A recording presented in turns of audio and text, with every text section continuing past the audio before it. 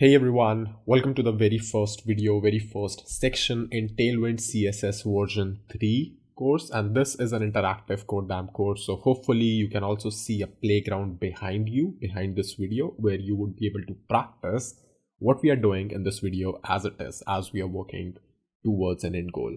But the point of this tutorial, the things which I want to discuss in this video is just the basics of what we are doing in this course, what Tailwind is, what we'll be doing, and how you can practice using CodeDAM's playground interface.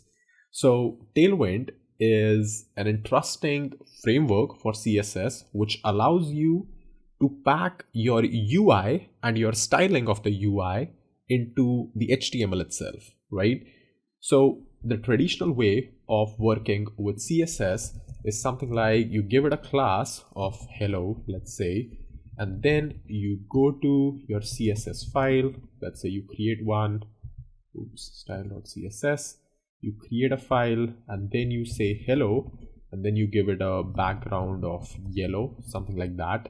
You go back to the HTML, you link the CSS, like link, let's see, link rel style sheet href style.css, and then your styles automatically start reflecting once you put in some content over here, as you can see.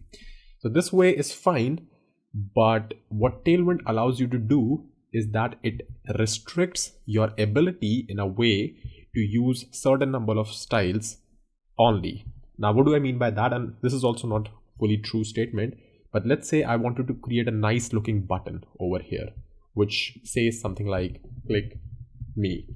Now I could have any amount of pixel padding here, which is like, if I say display inline block, I could have any amount of pixel padding, for example, padding 5 pixel, right? I could have any amount of margin 2 pixel or 20 pixel. I could have any sort of color in the whole spectrum of colors of RGB and web supported colors, which is, to be honest, a huge choice to pick from. And I could have any text color. Now in theory this sounds awesome and this sounds wonderful, but in practice, when you're doing styling like this, it becomes very, very tiresome to actually build a UI system yourself, where the margins are pretty much standardized, the paddings are standardized, the colors are standardized, the color palette is there, and so on. So more than anything, Tailwind does two things for me which I personally like a lot about, and if you go to the source code of CodeDAM, you would pretty much see Tailwind being used all the way. This page is not rendered on server side, but if you go to a page like this, you can see on CodeDAM we pretty much use Tailwind in a lot of places. Flex, px2, you can see it's Tailwind all the way, right? So one of the things which I like a lot about Tailwind are these two things, the most important things.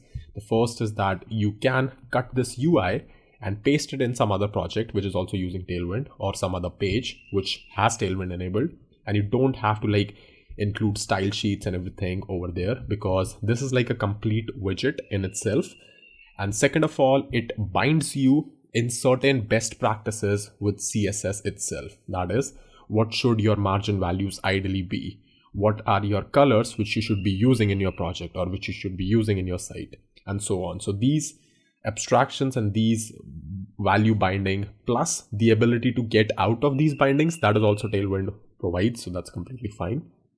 This is super important stuff and super awesome of Tailwind as a framework, because I'm not a UI person. I don't like to work with UIs as a developer.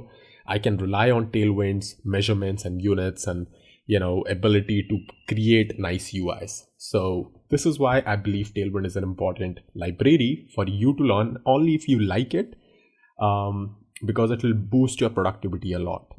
That is all for this video. In the next interactive videos and labs which we have in this course, we're going to be discussing a lot of new features of Tailwind 3, as well as the fundamentals, the core understanding of Tailwind as well. Let's just discuss all of that in the next one.